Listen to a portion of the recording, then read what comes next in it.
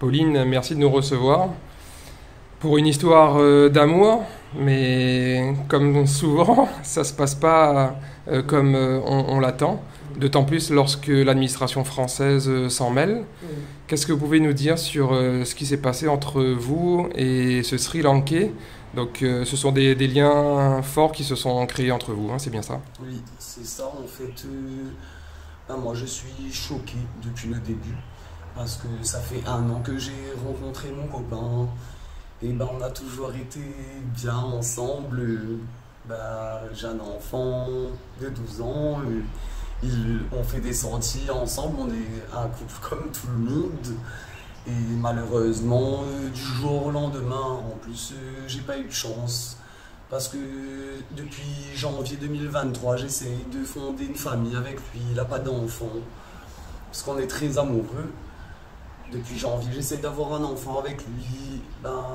Ça n'a jamais marché. Jusqu'à la bonne nouvelle qui tombe vendredi 21. Je fais une prise de sang et je découvre que je suis enceinte. Mais malheureusement, 4 jours après, il se fait arrêter en pleine rue, à côté d'une station. Et j'avais peur qu'on le renvoie dans son pays. J'étais choqué. Voilà. Lorsque vous l'avez rencontré et que ces sentiments-là sont nés, à aucun moment vous avez calculé le fait qu'il était sans papier sur le territoire français, hein, c'est bien ça? Je m'attendais pas du tout à ça, mais vraiment pas. Mais je savais qu'il n'avait pas de papier français. Donc dans une situation précaire. Et voilà, mais je ne pensais pas que ça pouvait être autant grave en fait, de faire ça aux gens.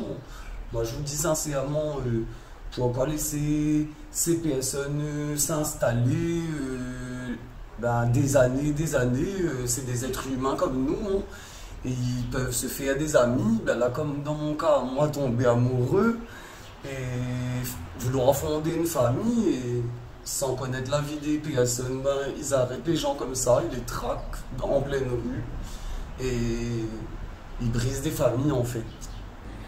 Vous imaginez aussi que ce qui vous arrive, ça va peut-être amener des gens à avoir comment dire ça, des sentiments de réprobation par rapport à ce que vous avez fait, mais en fait vous dites que c'est l'amour qui prime, c'est ça? Bien sûr, c'est l'amour quoi, il n'y a pas eu de calcul d'intérêt de ceci, de cela.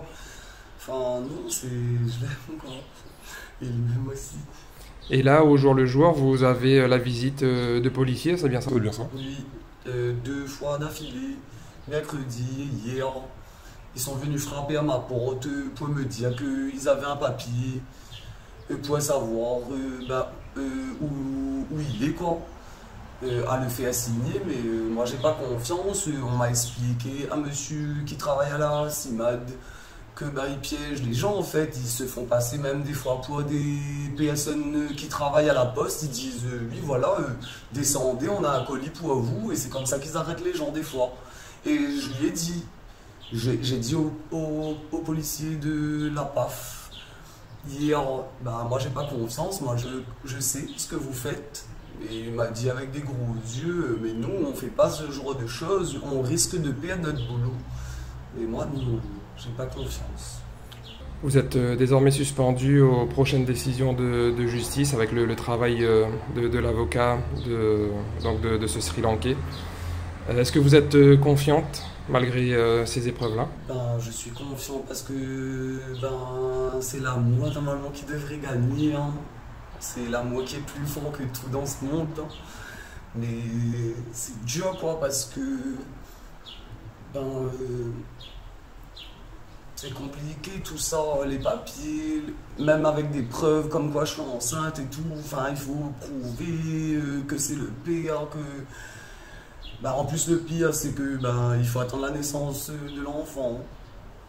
Donc ça, c'est compliqué. En plus de mêler un enfant dans tout ça, de briser une famille.